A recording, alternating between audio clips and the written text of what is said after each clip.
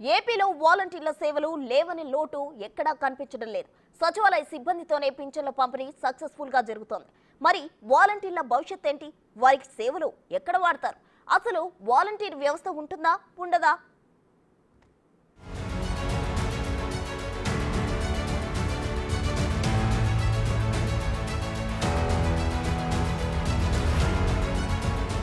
ఏపీలో వాలంటీర్ల భవిష్యత్ ఏంటి?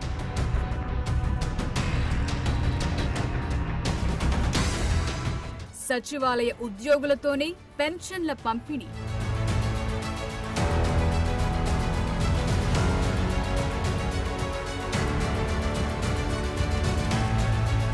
వాలంటీర్ల విషయంలో ప్రభుత్వ ఆలోచన ఏంటి?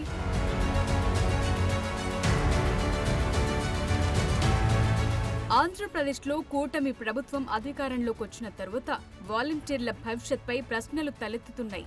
వాలంటీర్లను కొనసాగిస్తారా లేదా అని అనుమానం సర్వత్రా నెలకొంది. వైసీపీ హయాంలో పెన్షన్ల పంపిణీలో కీలకంగా వ్యవహరించిన వాలంటీర్లు ఇప్పుడు ఎక్కడున్నారో తెలియటం లేదు. వాలంటీర్లు లేకుండానే కూటమి ప్రభుత్వం పెన్షన్ల పంపిణీ చేస్తోంది. సచివాలయ సిబ్బందితో 1వ తేదీన ఇంటింటికి వెళ్లి పెన్షన్ అందిస్తున్నారు. ఇవాళ కూడా ఆగస్టు నెల పెన్షన్ను సక్సెస్ఫుల్ గా పంపిణీ చేశారు.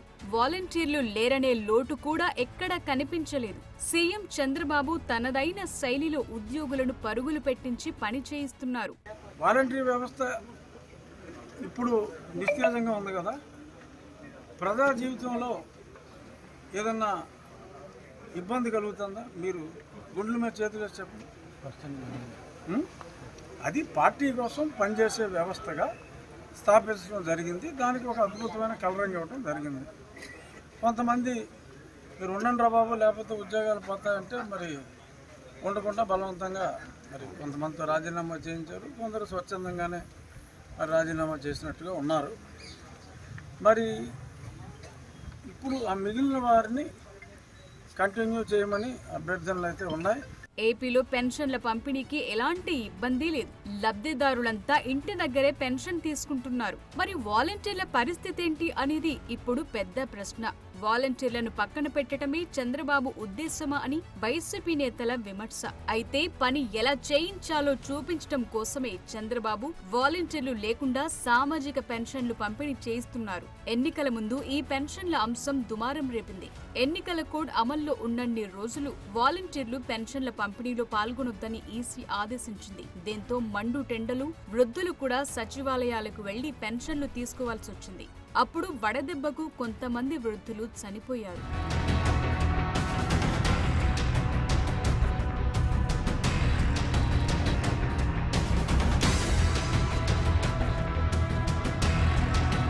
వృద్ధులను ఇబ్బంది పెట్టడం కోసమే చంద్రబాబు వాలంటీర్లను విధులకు దూరం చేశారని ఎన్నికల అస్త్రంగా వైసీపీ వాడుకుంది.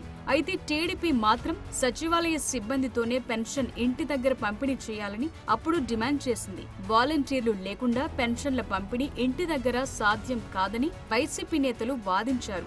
వాలంటీర్లు లేకుండా ఎందుకు సాధ్యం కాదని చంద్రబాబు ప్రశ్నించారు. సచివాలయ సిబ్బందితోనే పంపిణీ చేసి చూపిస్తామని ఆయన నిర్ణయించుకున్నారు. ఉన్న వ్యవస్థలను సమర్థవంతంగా ఉపయోగించుకొని అటు సచివాలయ ఉద్యోగస్తులు కావచ్చు, ప్రభుత్వ ఉద్యోగస్తులు కావచ్చు, ప్రజాప్రతినిధులు కావచ్చు, దేశంలో ఏ రాష్ట్రంలో కూడా ఇంత సమర్థవంతంగా ఎక్కడా జరగల. ఇవాళ తెలుగుదేశం, జనసేన, బీజేపీ ప్రభుత్వం, కూటమి ప్రభుత్వం చంద్రబాబు గారి నాయకత్వంలో ఒకే రోజులో 60 లక్షల మందికి ఇప్పటికే పింఛన్దారులు డబ్బు వెళ్ళింది. ఇది నభూతో నా భవిష్యత్. చంద్రబాబు చెప్పిన మాట నిరూపించుకున్నారు. రాజకీయంగా పరిపాలన పరంగా ఆయనది పైచేయి అయింది. కానీ వాలంటీర్లకు భవిష్యత్పై ఉన్న ప్రశ్నకు జవాబు దొరకాలి కదా అని కొందరి ప్రశ్న. దానిపై కూడా చంద్రబాబు క్లారిటీగానే ఉన్నారు. పెన్షన్ల పంపిణీకి వారి సేవలు అవసరం లేదని ప్రభుత్వం అనుకుందే తప్ప విధుల నుంచి తొలగించాలనే ఆలోచన లేదు. ఇటీవల సాంఘిక సంక్షేమ శాఖపై జరిగిన సమీక్షా సమావేశంలో కూడా సీఎం క్లారిటీ ఇచ్చారు. వాలంటీర్ల సేవలను విస్తృతంగా వాడుకోవాలని ఆదేశించారు. వీరి ద్వారా ప్రజలకు ఇంకా మెరుగైన సేవలు ఎలా అందించాలన్న అంశంపై ప్రణాళికలు సిద్ధం చేయాలని ఆదేశించారు. అంటే వాలంటీర్లను తొలగించే ఉద్దేశం ప్రభుత్వానికి లేదు. సచివాలయ సిబ్బందితో ఇంటి దగ్గరే పంపిణీ చేయగలం అని చూపించటమే చంద్రబాబు